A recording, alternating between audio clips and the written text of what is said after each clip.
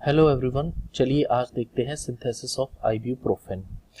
तो आपके सामने आइब्यूप्रोफेन का स्ट्रक्चर है। पहले इसका आईयूपीएसी नॉमेनक्लेचर देख लेते हैं।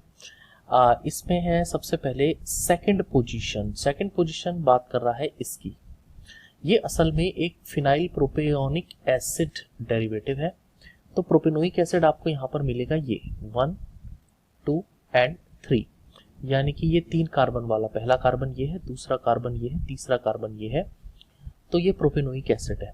इसकी सेकंड पोजीशन पे जुड़ा हुआ है फिनाइल।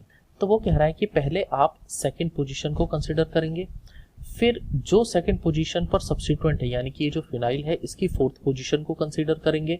फोर्थ पोजीशन पर जब आप पहुंचते हैं तो इस फोर्थ पोजीशन के सेकंड पर यानी कि ये वाली पोजीशन पर है एक मिथाइल ग्रुप CH3 ग्रुप। आप समझ सकते हैं कि एक लाइन स्ट्रक्चर है, तो यहाँ पर कुछ नहीं है, दैट मीन्स यहाँ पर एक कार्बन है, यानी कि यहाँ पर एक CH3 ग्रुप है। तो 2 पर मिथाइल और उसके बाद ये 3 कार्बन की चेन आपको दिख रही है यहाँ से लेके यहाँ तक, तो इसीलिए वर्ड आया प्रोपाइल। तो आप समझिए क्या कि चौथी पोजीशन पर है 2 मिथाइल प्रोपाइल, फिर है फिनाइल और फिर है प्रोपेनोइक एसिड। तो इस तरीके से इसका आईयूपीएसी नॉमेनक्लेचर होता है। इन जनरल हर एक स्टूडेंट को आईयूपीएसी नॉमेनक्लेचर समझ में आना चाहिए। नाउ अब हम बात करते हैं सिंथेसिस की। सिंथेसिस की आइब्यूप्रोफेन की सिंथेसिस स्टार्ट होती है from isobutyl benzene. Isobutyl benzene होता है CH2 और CH and CH3 and CH3। आप समझ सकते हैं कि ये वाला जो ग्रुप है वो आइसोब्यूटाइल ग्रुप है। अगर जिनको नहीं पता वो समझ लीजिए कि आइसोब्यूटाइल ग्रुप को इस तरीके से दिखाया जाता है।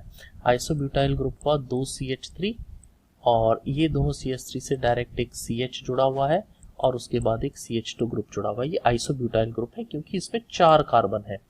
तो आइसोब्यूटाइल बेंजीन ना, मैं नाम लिख देता हूं आइसोब्यूटाइल बेंजीन। इस आइसोब्यूटाइल बेंजीन की आप रिएक्शन कराएंगे एसिटिक एनहाइड्राइड से। एसिटिक एनहाइड्राइड क्या हुआ? CH3 C double bond O single bond O C double bond O single bond CH3। इस मॉलिक्यूल का नाम मैंने बोला एसिटिक एनहाइड्राइड। एसिटिक एनहाइड्राइड जब भी काम करता है इसको यहाँ पे अपने काम के लिए HF की भी, एक लुईस एसिड की यहाँ पर जरूरत होती है।